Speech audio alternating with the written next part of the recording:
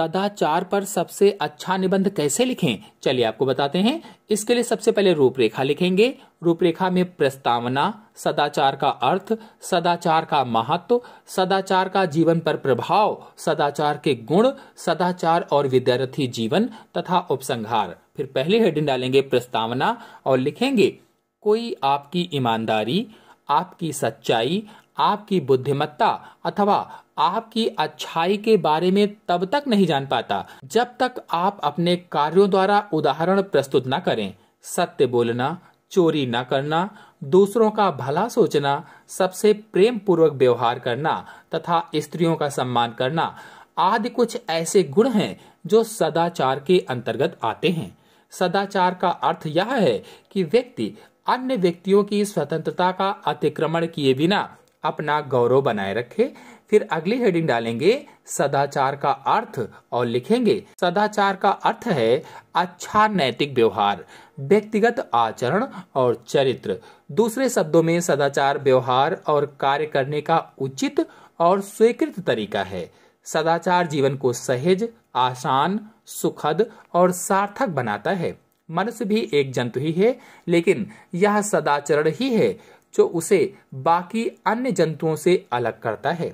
फिर हेडिंग डालेंगे सदाचार का महत्व और लिखेंगे मानव जीवन में सदाचार का बहुत महत्व होता है। इसमें सबसे प्रमुख वाणी की मधुरता मायने रखती है, क्योंकि आप लाख दिल के अच्छे हों, लेकिन अगर आपकी भाषा अच्छी नहीं है तो सब किए कराए पर पानी फिर जाता है। हमें कई बार लोगों की बहुत सी बातें चुभती हैं जिन्हें नजरअंदाज करना ही अच्छा माना जाता है। फिर अगले हेडिंग डालेंगे सदाचार का जीवन पर प्रभाव। सदाचार हमारे चरित्र का निर्माण करता है। यह हमारे जीवन को तो सुंदर बनाता ही है, साथ ही हमारे व्यक्तित्व को भी निखारता है। एक अच्छे आचरण वाले व्यक्ति की पहचान हर जगह होती है, मतलब सदाचारी व्यक्ति का हर जगह गुणगान होता है। एक सदाचारी हमेशा सुखी रहता है, यह कभी घमंड नहीं आने देता और बेहद निर्मल और शांत स्वभाव बनाता है। फिर अगले हेडिंग डालेंगे सदाचार के गुण और लिखेंगे सच्चरित्रता और संयम सदाचार के मुख्य गुण हैं। सच्चरित्रता अर्थात सच्चा चरित्र सदाचार का सबसे बड़ा गुण होता है। सदाचारी व्यक्ति का ही हर जगह गुणगान होता है। सच्चरित्र विशेषताएं ही मानव को सबसे अलग और श्रेष्ठ बनाती हैं। संयम भी सदाचार का दूसरा बड़ा गुण है।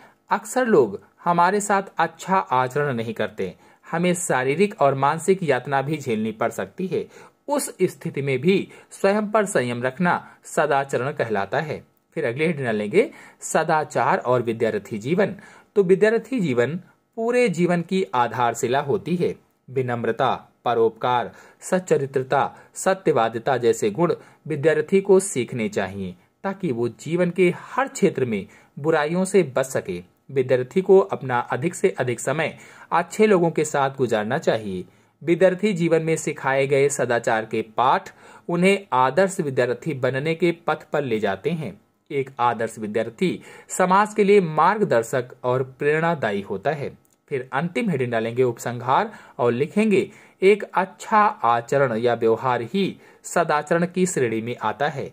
अच्छे आचरण से आप सबका मन मोह सकते हैं। शिष्टाचार सदाचार से थोड़ा भिन्न होता है। कहने का तात्पर्य यह है कि एक दुराचारी व्यक्ति भी शिष्ट आचरण कर सकता है, किंतु एक सदाचारी मनुष्य कभी अशिष्ट नहीं हो सकता और न ही दुराचार कर सकता है।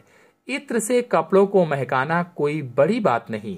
इत्र से कपड़ों को महकाना कोई बड़ी बात नहीं। मजा तो तब है जब आपके किरदार से खुशबू आए। अच्छा आचरण ही ऐसा हथियार है जिसके प्रयोग से हम इस दुनिया से जाने के बाद भी लोगों की यादों में हमेशा जीवित रह सकते हैं। इसी के साथ आप सभी लोगों को धन्यवाद।